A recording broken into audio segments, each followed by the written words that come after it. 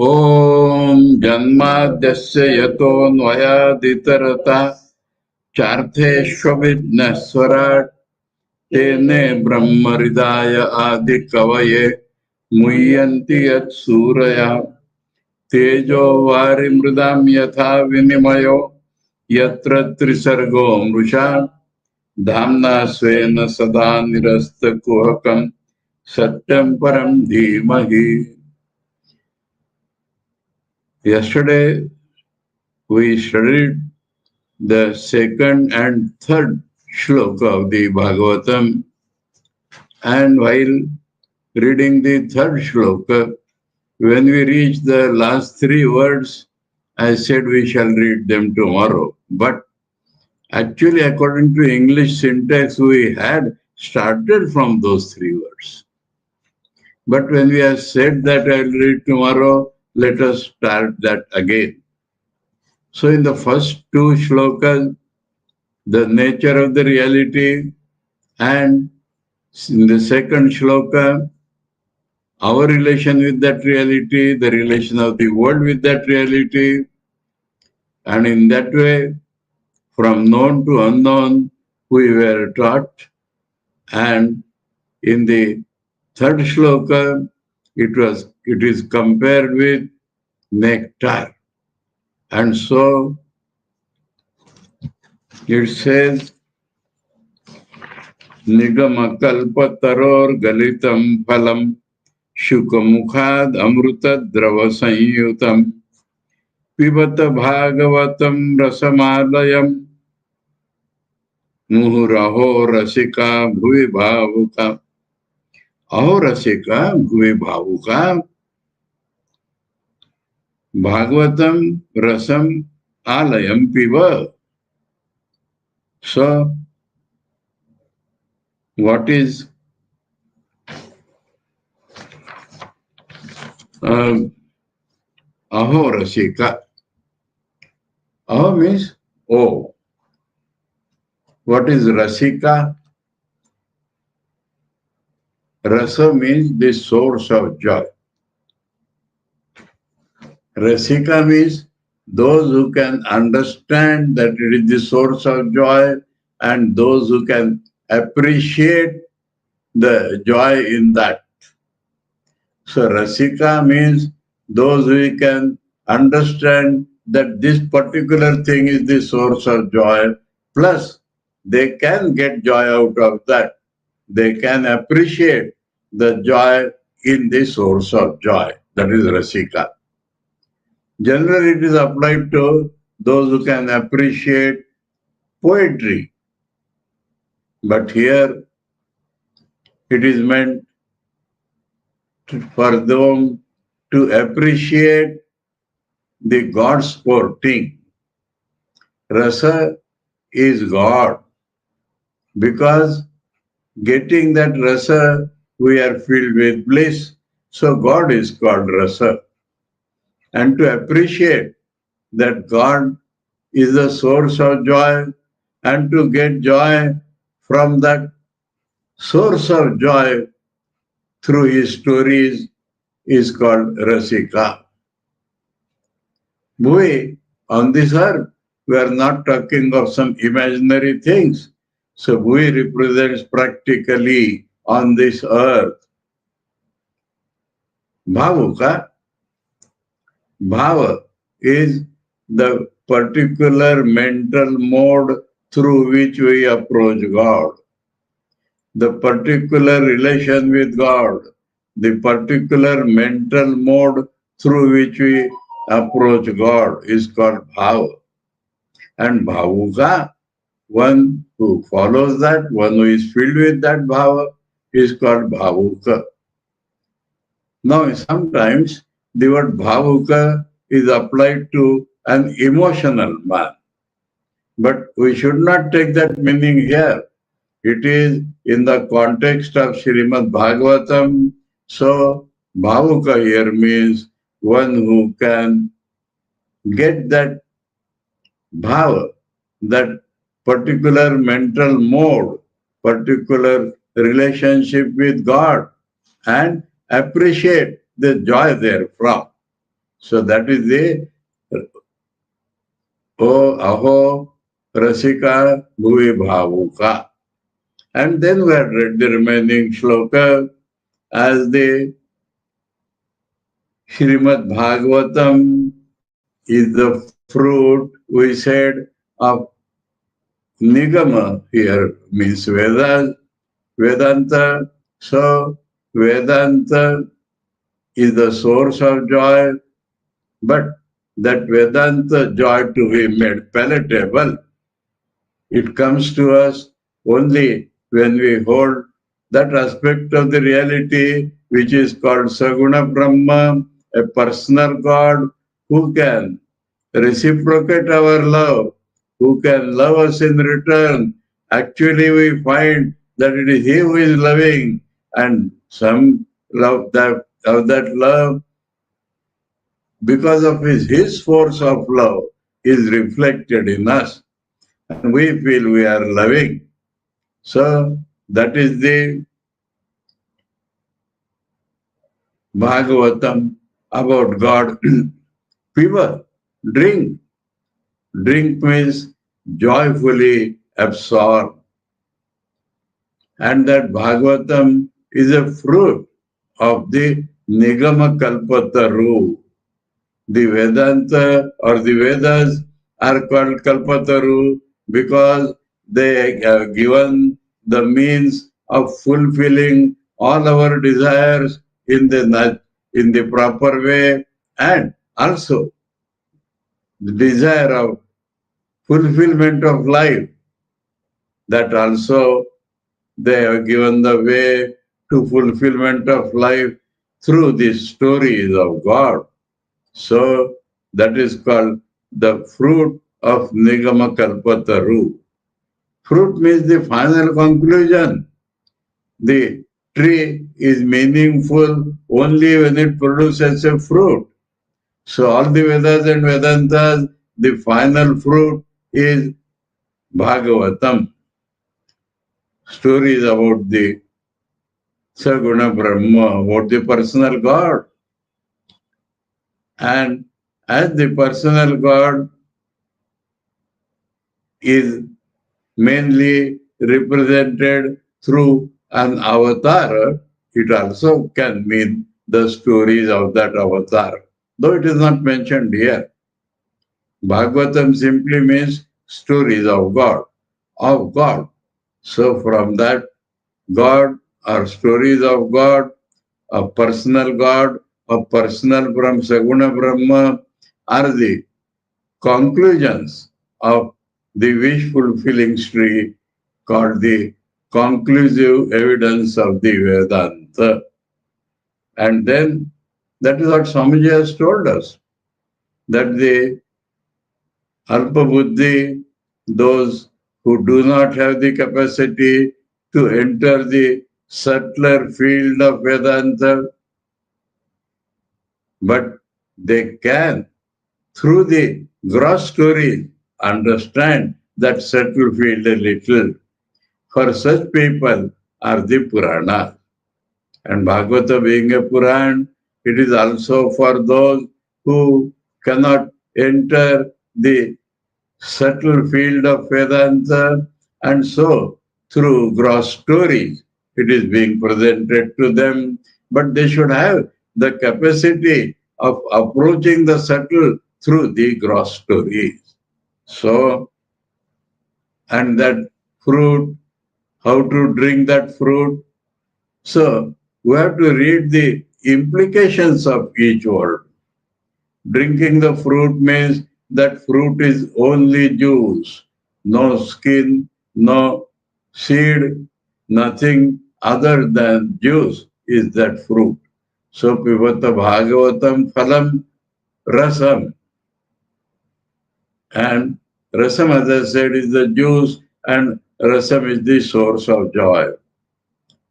And the word alayam means till you die, muho, again and again, you go on drinking that very source of joy so that your mind till the full life is filled with the love of God. That is the implication. If it is filled with the love of God throughout your life till your death, then even if you get the next birth, it will also be filled with Spirit of God. That is why this alayam is mentioned. Till the end of life, throughout the life, if you do that, then at the end of the life, you will remember that only.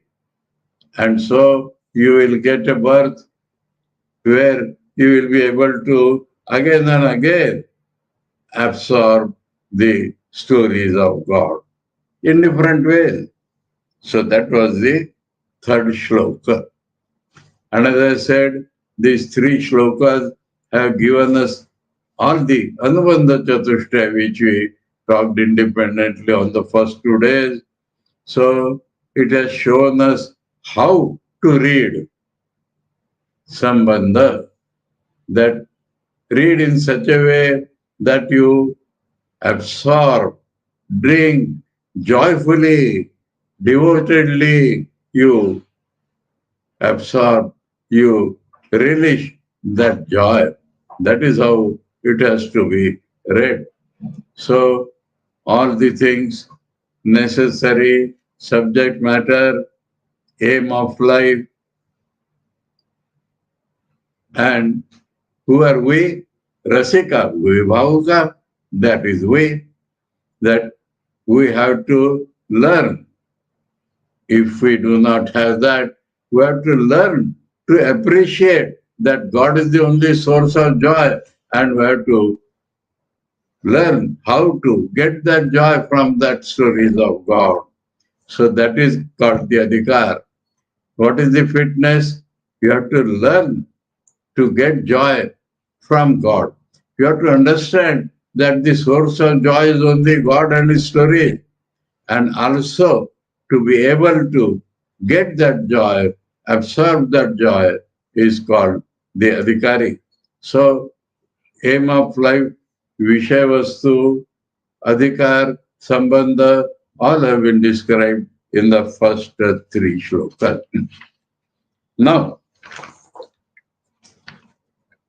who is narrating this Bhagavata to us? In the third, three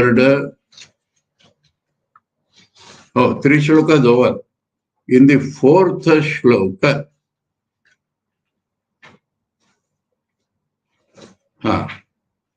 now the original narrator, whether it is Vyasadeva or Shukadev or the Sutta, whoever it is, that himself is continuing with shloka 4 and 5. So 4 is the start of a story. We read that now.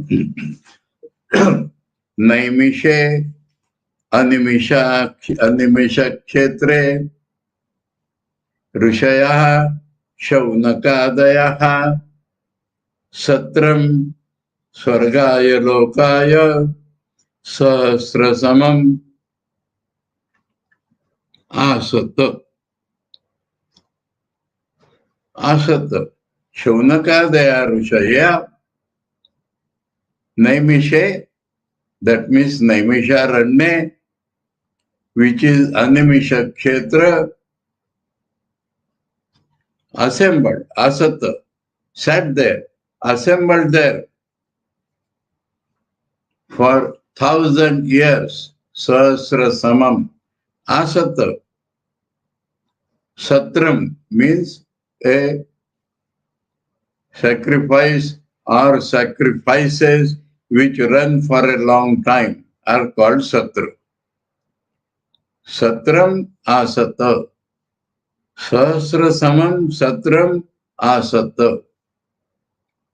Why this Satra? Why Sahasra Samam? Swargaya Lokaya. Now, if we take it literally, the desire to go to heaven, but we have been told that Projita Kaitava is the religion. So how can it accommodate the desire for heaven?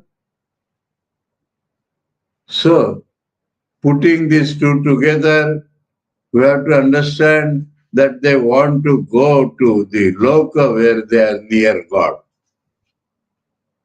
Generally, it is called Vaikuntha or Kailash or any such thing because it is mainly about Vishnu, so Vaikuntha.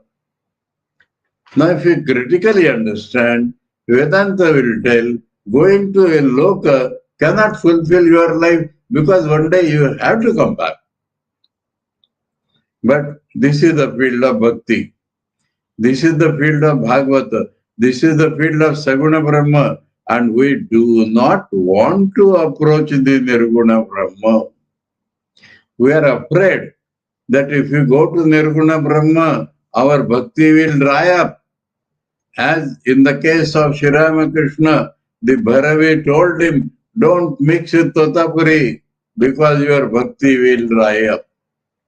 But Sri Ramakrishna did not accept that. He knew that if I go into Nirvikappa Samadhi, the joy of devotion shall not diminish, it rather increases. So now you have to put two and two together. That is the background. But in this Srimad Bhagavata, we are dealing mainly about Saguna Brahma. We are avoiding, in a way, the approach to Nirguna. We take the example, as Sri Ramakrishna repeatedly said, the common devotee wants to taste sugar, he does not want to become sugar. So, if you become sugar, he cannot help it. But we should not think of that. We are thinking of only tasting sugar. So, Swami Saradanji has described that in the path of devotion, we are not clear about the aim from the beginning. We only know there is a God and we want to love Him.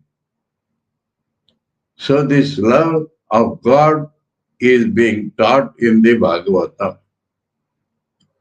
From the first shloka we find that it is fully based upon Advaita thought. But that is the fun. So when we approach Puranas, we have to understand that the present aim of life is to get absorbed in God. Don't think whether what will happen in the future. The Bhakta does not know, does not think what will happen to me in the future. He only wants to love God. So that is the position of this Bhagavatam, and that is what we want to study. We want specifically to study because we have to, that is theory, but we have to in our practical life be filled with devotion to God, obviously in the Saguna aspect, and then God is not two. So that very Nirguna Brahma, I am talking of the second lesson of Swami Vivekananda's Bhakti Yoga. He says the God is not two, but we want to love Him. And so we take that aspect which can reciprocate our love, which can love us in return. So that is the constitution of the mind. The best way to understand is that constitutions of mind are infinite. And there are people, Swami Vivekananda has described that the rishis of old lived in such a rarefied atmosphere where you will not be able to breathe, your lungs will burst. But they were habituated to live in that. That is how Swami Vivekananda described the rishis who continuously dwell in Advaita. The simile is that Himalaya or such places, the higher and higher you go, the air becomes rarefied.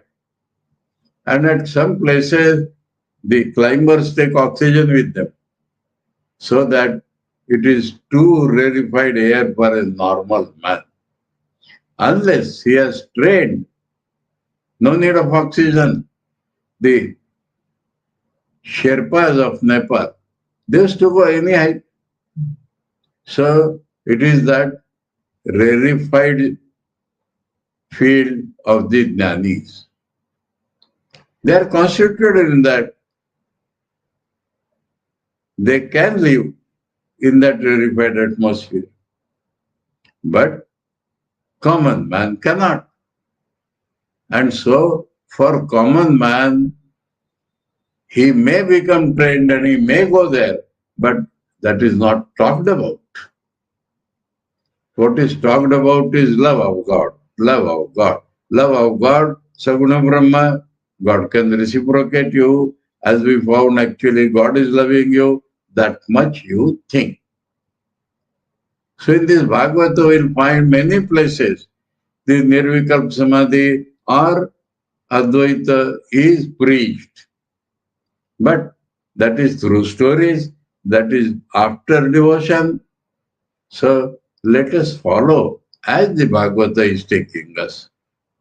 So Bhagavata in the beginning or middle wants us to learn love of God. How the love will increase, how the love will be born, how the love will increase, that Bhagavata will tell us, teach us. So that is the meaning of Bhuvi Bhavuka and all that. So now they gather. Our question is, why? Now let us read the fourth shloka again with syntax. Te Shaunakadaya Rishayaha Naimishe Animisha Kshetre Swargaya Lokaya Satram Sahasra Samam Asattam. They, now the word Rishaya is used. And we'll find the Puranas have a loose language. Rishaya, the meaning of the word Rishi is Rishi Darshana. Now, we have to find implication of all these words in a different way from which we have been habituated up till now. So the actual meaning of Rishi Darshana. Rishi is he who has the transcendental vision. And we do not expect rishis to do a yajna for 1,000 years, which appears to be a downright ritual.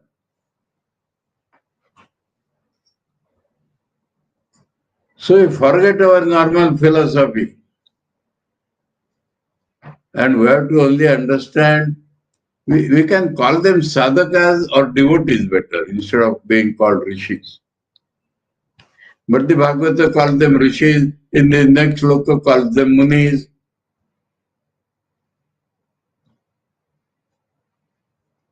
Now who are Shaunaka Dayaha? Shaunaka name we remember in the Mundaka Upanishad. Shaunaka was a householder and he wanted to know the reality and he went to the forest to Angirasa. That Shaunaka we know. So, how to connect? Is he a different Shaunaka? We do not think so. That Shaunaka has realized God through Angirasa's teaching, and then he has become a rishi. Up till that, all right. But why such Shaunaka wants to do yajna for 1,000 years? So there again, we have to interpret or understand in a different way. Though it is called Sargaya Lokaya. So all these words will have to change their meanings to fit in with each other. So how to take it? Suppose he has realized. Now, one point I'll tell you, Rishi has not realized Advaita necessary. So, Rishi, Maharshi, Brahmarshi, like that, that rule. Rishi means transcendental reality he has realized of maybe some grade. But even then, why does he indulge into ritual? So don't take it as a ritual.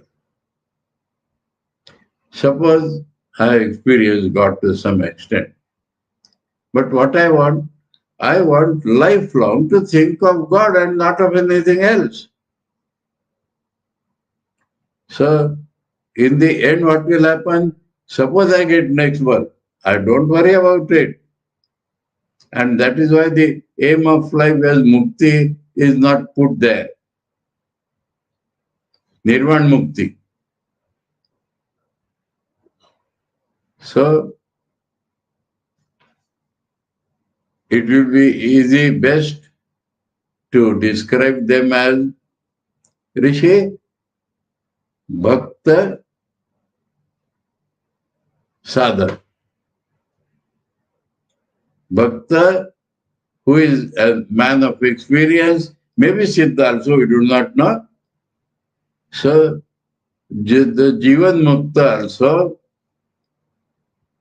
it will be told in Bhagavata, Atma Ramasya Muneo, we shall come across that shloka. That maybe you are a Paramahansa. But the qualities of Saguna Brahma are such that the Muni, Atmaram Muni, also is attracted to that.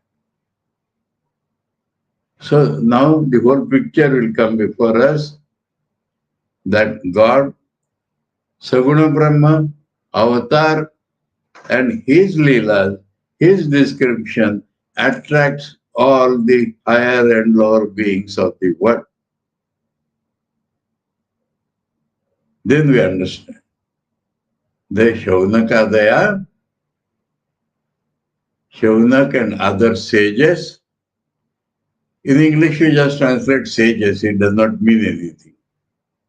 Rishaya, Shaunakadaya, now who are Adi. We shall get that when we try to connected things are there, na? Naimishe and Animisha Kshetre. What is Animisha? Without winking. Animisha. Without winking. So who can live without winking? Can we live without winking?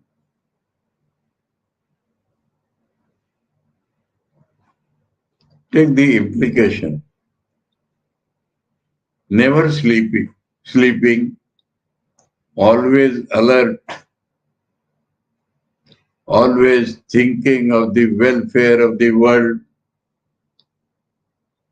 We find many of these things verified in Sri Ramakrishna's life. Wink, no, without wink. Without winking. Winking means eyes closing and opening. Nimisha. Nimisha means the eyelids. Nimisha means closing and opening of the eyelids. Nimisha. Without closing and opening the eyelids. Now it tallies a lot with Sri Ramakrishna's life. We find that at least 6 years of his life, he did not sleep the eyes did not wink. That is how it is described. 6 years I am telling. 12 years he did sadhana, of which mainly many things he left without sleep, without winking of the eyes. That is what is described in Leela Prasanga. But again, take implication. God is there. God, Saguna Brahma, is in charge of creation, preservation and destruction of the universe. No, he wants to preserve the world. So he never sleeps. He is always alert for the welfare of the world. And such descriptions are abundant in the books. That whatever you do, God is the another. Take it the Vedantic way. That God is the eternal Sakshi. So how he can be eternal Sakshi if he sleeps in between? So God can be the only person who is without winking. Now which God? Vishnu. Preserver. The whole thing is creator, preserver and destroyer. So this animisha applies to preserver. And so Vishnu. So animisha means Vishnu in this way. Vishnu is that Godhead, that function of the God where he preserves this world. Now such aspect of God cannot sleep. Such aspect of God has to be alert throughout the world. He is this permanent Sakshi of any activity of any individual. He is the permanent Sakshi. Now find implication in spiritual life. Whatever we are doing, we cannot avoid the gaze of God. We may hide our thing from people, but not from God. Let me tell you a simple story. Anecdote. I was warden in Nagpur Students Home. Now one boy who thought that he is perfect in all respects, though he used to commit mistakes. He went to the bathroom and there was a pencil in his pocket. So he became restless and wrote something on the wall. And when he came out, when the other boy went, he saw that. So evidently, in fact, this boy has done it. So all the boys together caught him and said, you go and confess to the warden Swami.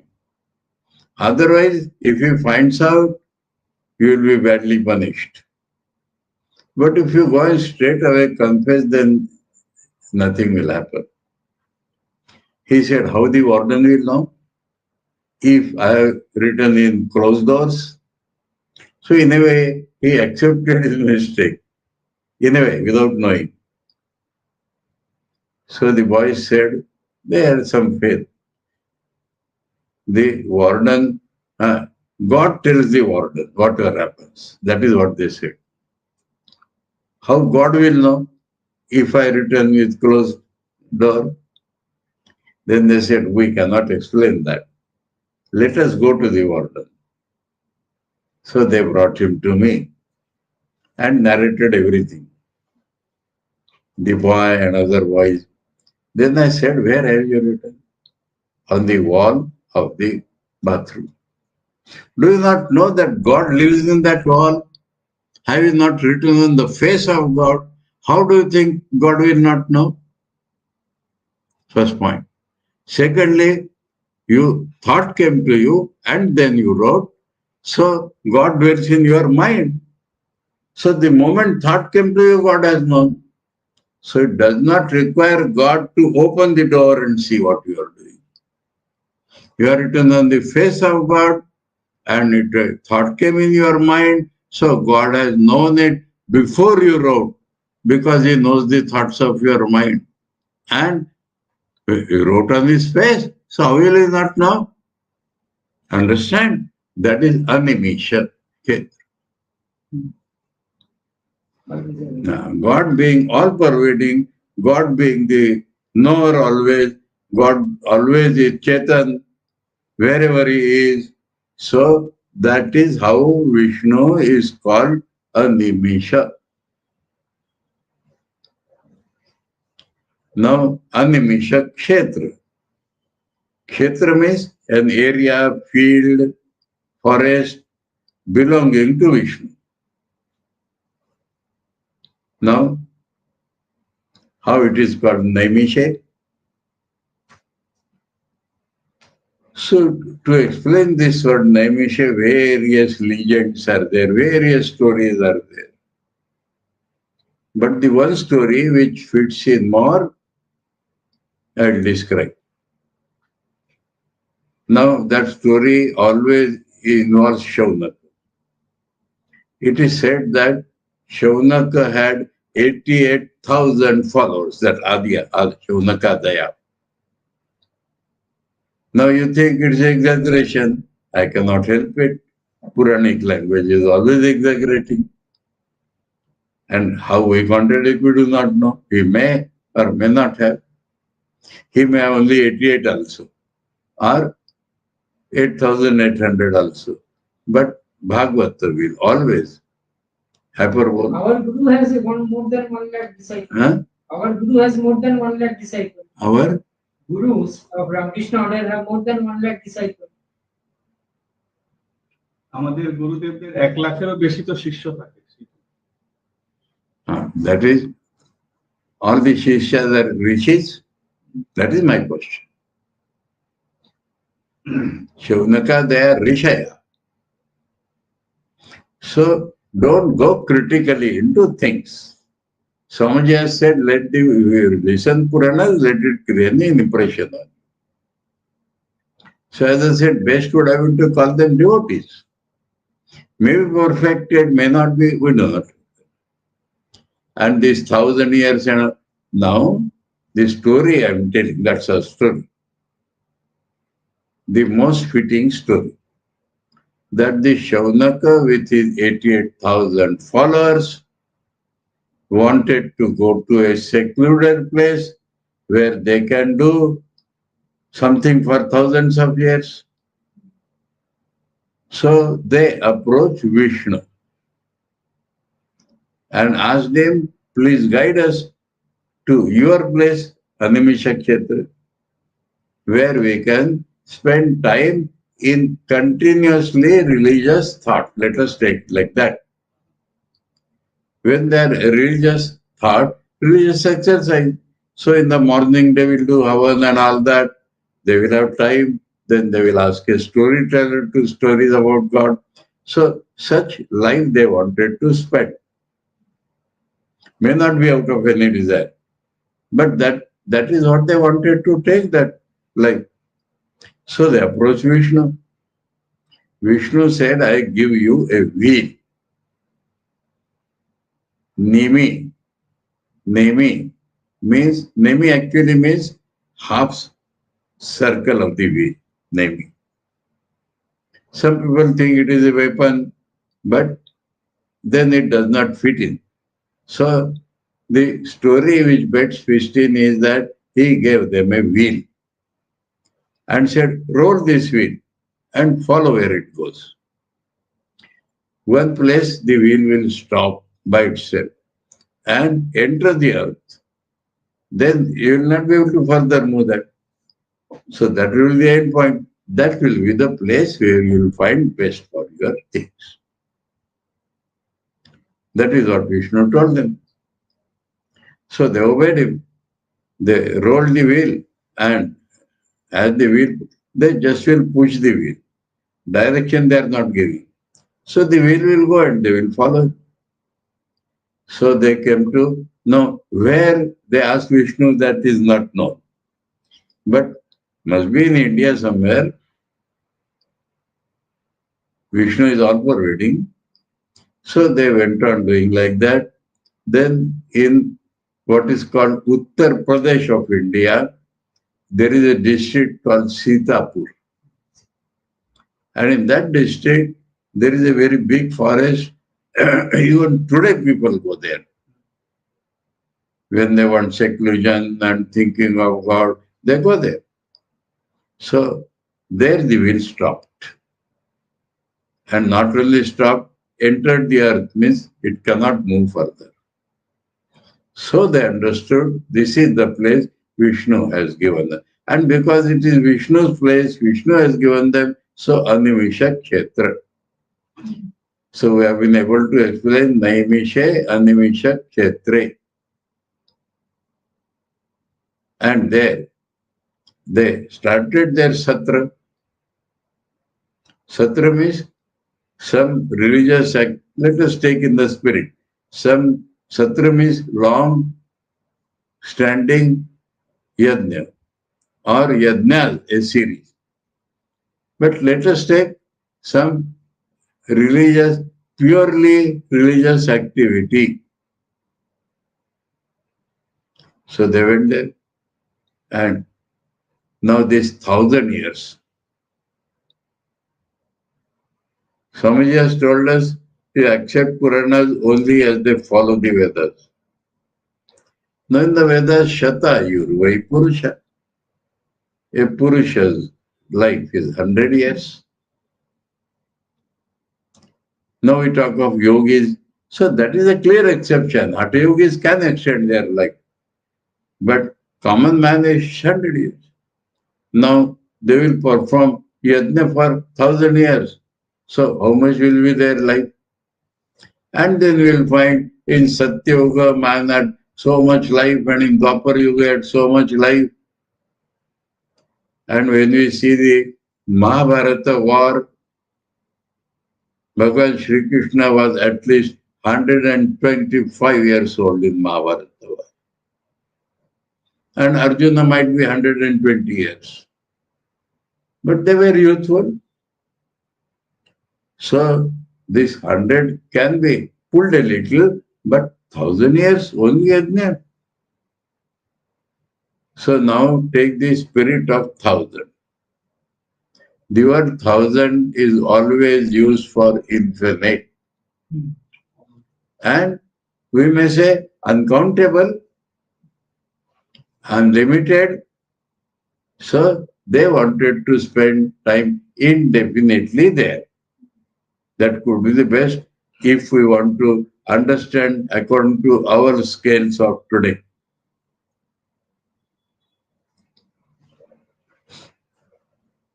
So the story itself has explained this Naimisha Animisha Kshetre Sahasra Samam Asapta.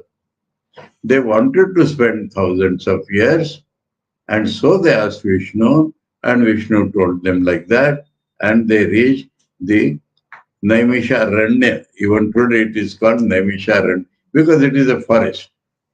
In the Bhagavata it is called Naimishe, but it is Naimisharanya because it is a forest.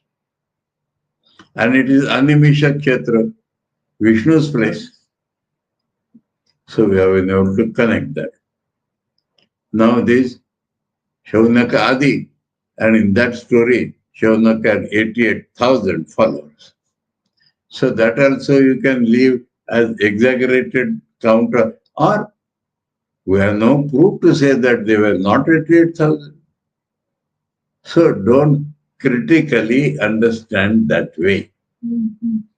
Just listen these stories and let it form an impression on our mind. That is the best way. That is why we read that Swamiji's things twice. Nobody else will describe it like that. So, Naimishe, Animisha Kshetre, Rishaya. So take this word Rishaya so loosely. They might have been perfect, they might have experienced God, but they wanted to spend their time in thinking of God only.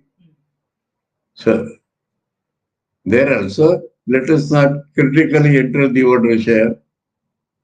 Bhaktas, May be perfected, may not be perfected, may be on the way to perfection. Because of our common thinking of this age, we are confused. Otherwise, take for example, an ordinary man today. And if this is described, he will not doubt. Our rationality makes us doubt. And this rationality sometimes is the bane of life. I will give a small example, practical. Master Masha has gone to Sri Ramakrishna on his first visit. Then he goes to temples and comes back. The door is shut. He explained that door is shut because incense sticks is burning. Do know. The maid servant Vrinda is standing there. So they asked Vrinda, how many years this sadhu is staying here? She said, he's always there. Understand? These rational-minded, Western, educated people think that by counting they understand something. Vrinda does not need it. Absolutely. The simple-minded village woman, she knows that Sri Ramakrishna is there even before she has gone there. So he is always there, she says. She is not bothered about counting. See, this small thing you have to learn from Kathamrita. Every word of Kathamrita has meaning. So, again, this is, he must be reading many books, isn't it? Because their idea is man becomes learned or wise only by reading books. She said, books, it is all on his tongue. So she does not think that book reading is important. She knows that knowledge comes from inside. So the villagers know much more than us because of our critical understanding we are dead. Western influence. So if you tell this story to a simple man, he will not object. Fine, 1,000 years. They did something. Why we are bothered whether they are reached or not reached or they went there. They went to think of God. Then they will indulge in something, yajna or something, puja, worship of God. So what harm is there? So in this spirit, we have to take the Bhagavatam. So they went there.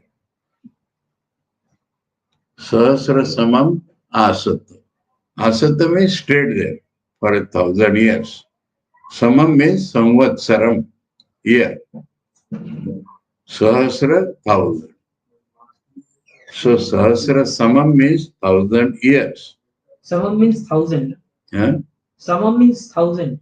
Samam means year. Samvatsara is 1 year. That is called Samam. Sahasra Samam, 1,000 years. Asata, they stayed there, meaning here they wanted to stay. Swargaya Lokaya. Now this is only the word which is troubling us. So that also we have to think in that way. Swarga, what is Swarga meaning? Suvarga, a better place.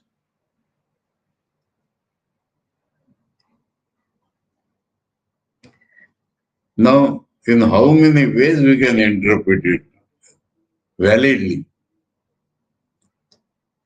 That there they will spend 1,000 years, that itself is Swarga.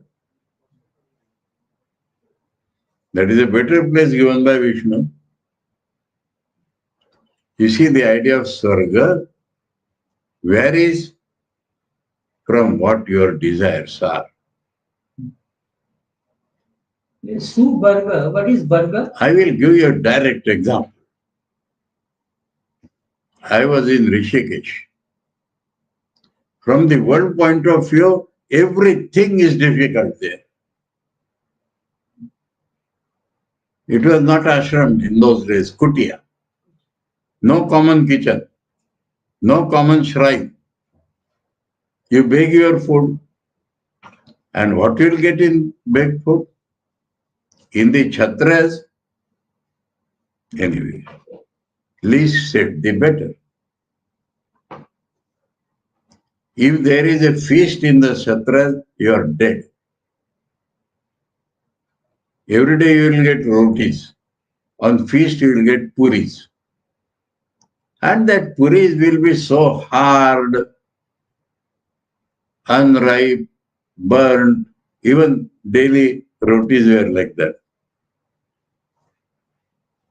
So what is the joy there? Whenever the householders heard my stories, in Yelagiri Hills, I was alone in an area of 6 acres. Alone. People, devotees, today 2 devotees had come. When they heard this, we'll die out of fear if we are in alone. Now all these places, I was feeling it is heaven. I was feeling I am the most happy person. So sannyas is heaven and grihastha heavens are different. That is what I want to tell you. If you are a real sannyasi, you will relish these places. Now, I don't remember his sannyas name. There is one person now is in Arogyavan, Barin Maharaj. Jnanananda. Now, Barin Maharaj was alone for many years in that area. Yes. And when he was posted to Varanagar, he could not say, I want to go back, I want to go back. He went up there. So everybody's idea of heaven is different.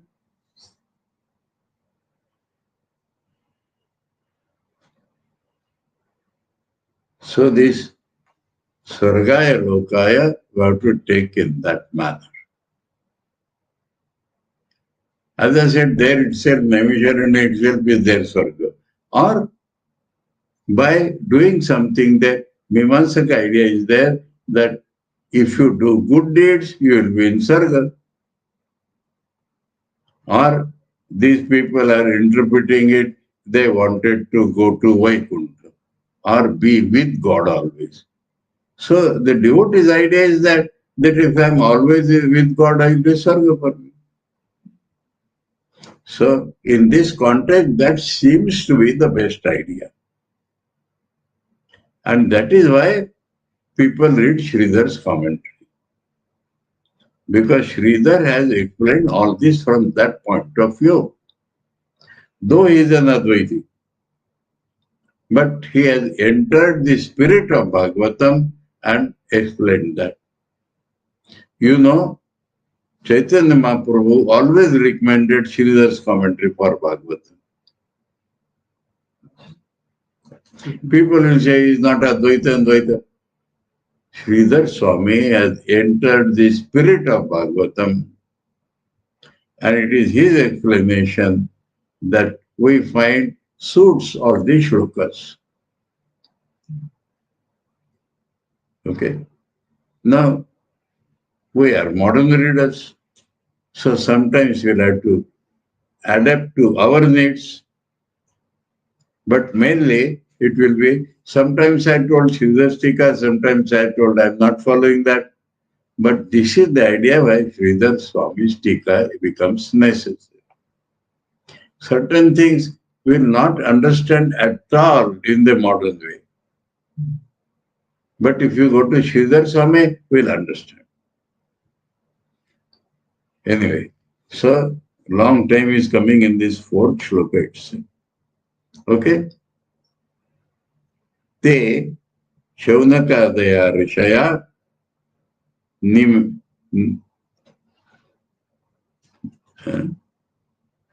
Naimishe Animisha Kshetre Satram Sahasra Samam Sargaya Lokaya Asattam. So we have been explained to all the words we have explained, and connectedly. Subarga. Swarga is Subarga, no? Huh. What is Barga? Varga, place. Yes.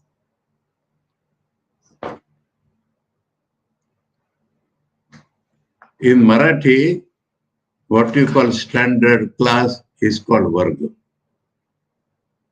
I am in Paila Varga, I am in Dusra Varga, I am in Daswa Varga.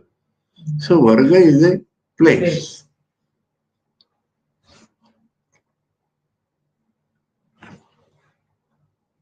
So, fourth is all right? Yes. So, I have left two places. Can be exaggeration, may not be. We have nothing to prove that 88,000 were not there. Remember that. And 1,000 years, according to our judgment, it does not appear correct. Then we can take as we like it. Maybe 1,000 days. 1,000 days becomes 3 years. So 3 years they can easily stay in a place. So as you like it, you take it. If you are not satisfied with 1,000 years, take it 1,000 days.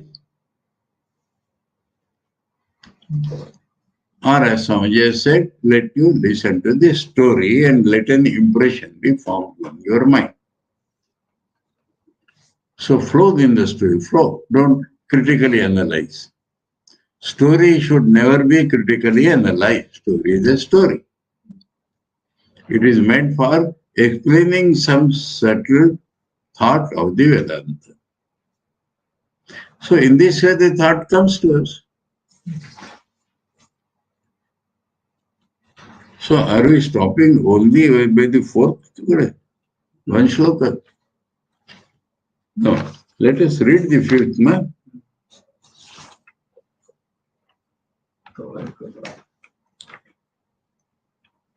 Ta ekada tu munayah pratarhuta hutashayah satkrutam sutamasinam paprachur idamadarat.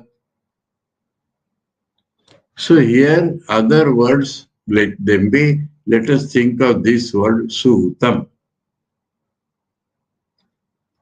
The literal translation of this will be they, means Shaunaka Daya Rishaya. Munaya also is given. Now Rishis have become Muni. Let us not enter that critically. Pratar Huta Hutashaya. Hutashaya means Agni in which Ahuti is given. Pratar Huta means they have given that in the morning. They have offered something in the Agni in the morning, Agni in which offerings are made. So twice Huta, Hutatam.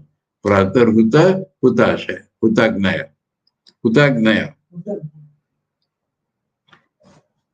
Now, Idam means what follows next shloka.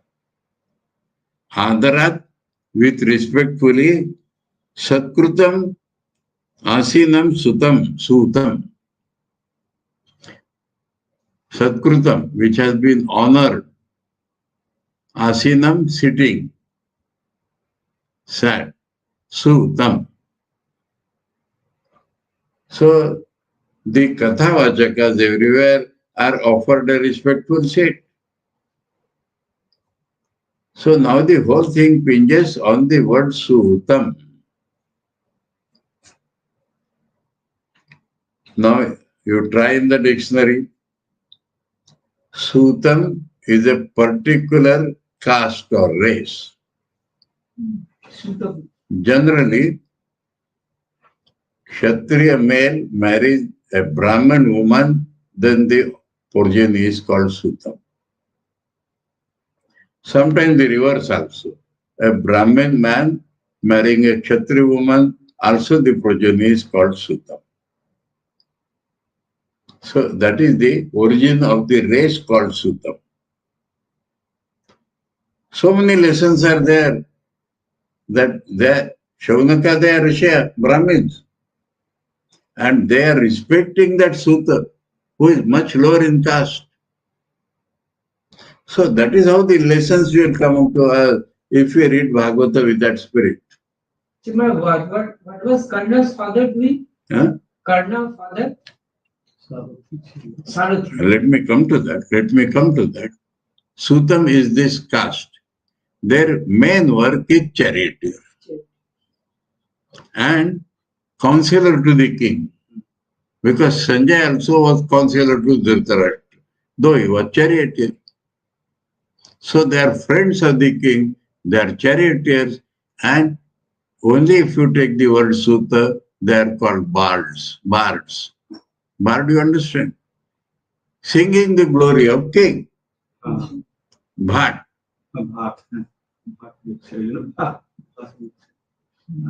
English bard, B-A-R-D. And as we find here, storytelling, they are expert. They are expert in storytelling. So this is the idea of Suta. Sutas are a mixed caste. Generally, if the male is of lower caste, then it is not highly accepted in society. So they are looked down upon. Draupadi said, no, I won't marry a Sutaputra. So, because if a higher caste man marries a lower caste woman, it is accepted in society throughout.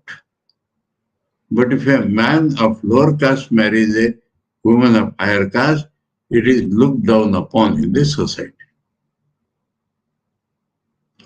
So Sutas are not honored. But here they are honoring him. So Bhagavata is teaching us, don't look to the caste of the man. Honor if we are benefiting by his teachings. So as we go, we will find hundreds of teachings, implications of how to behave in life to go to God. That is Bhagavatam. Not only story, but inside the stories, every line will tell us how to conduct ourselves. And this Sridhar points out best. We don't get it in the words, but Sridhar finds out best in that. That is why Sridhar Tika. So,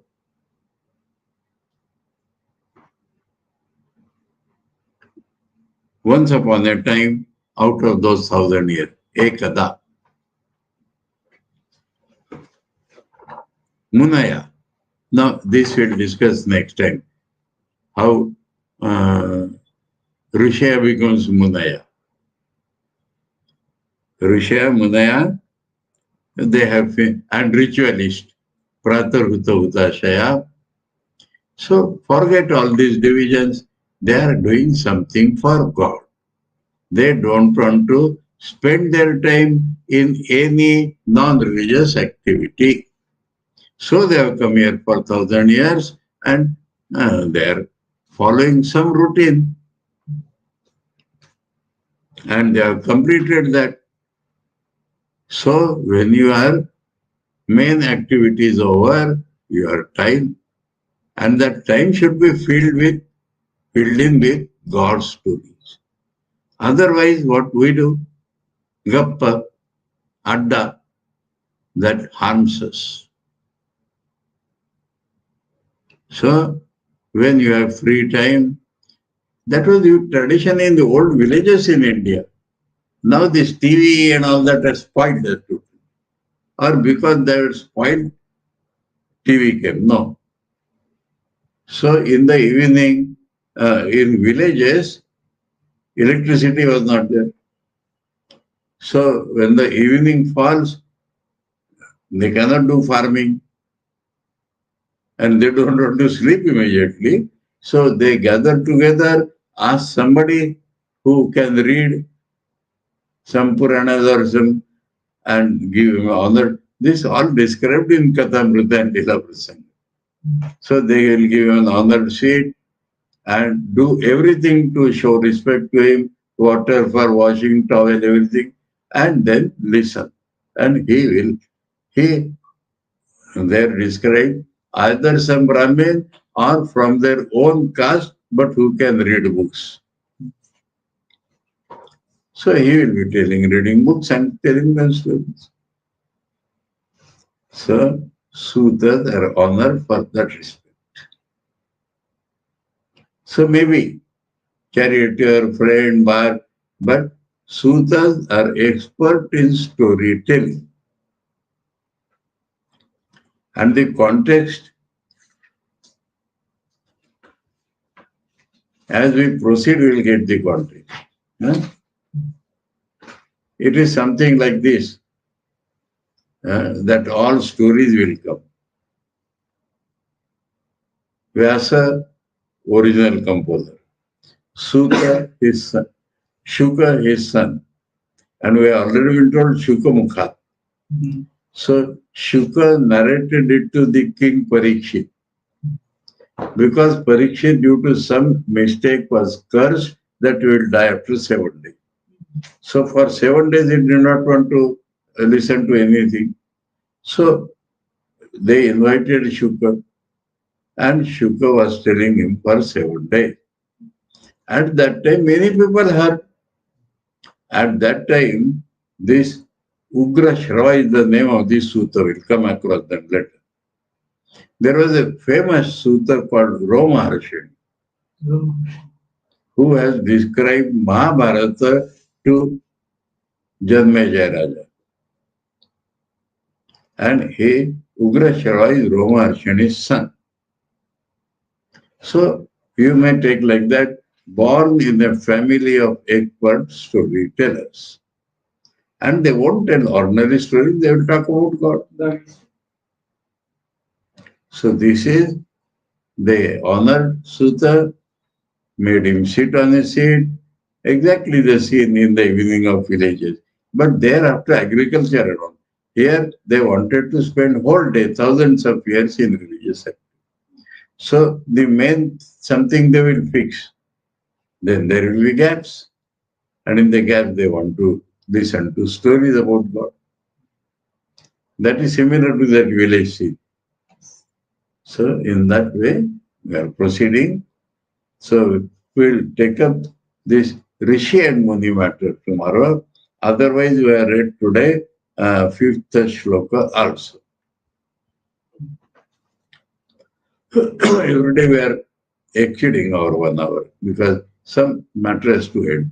Om Janmadasya yatonvayaditarata chartheshvavidnaswarat tene brahmaridaya adikavaye muhyanti yat suraya tejo varimridam yatha vinimayo yatra trisargo mrisha dhamna svena sada nirastakuvakam satyam param dhimahi. Om Shanti Shanti Shanti. Hari Om Tat Sat. Shri Ramakrishna Arpanamastu.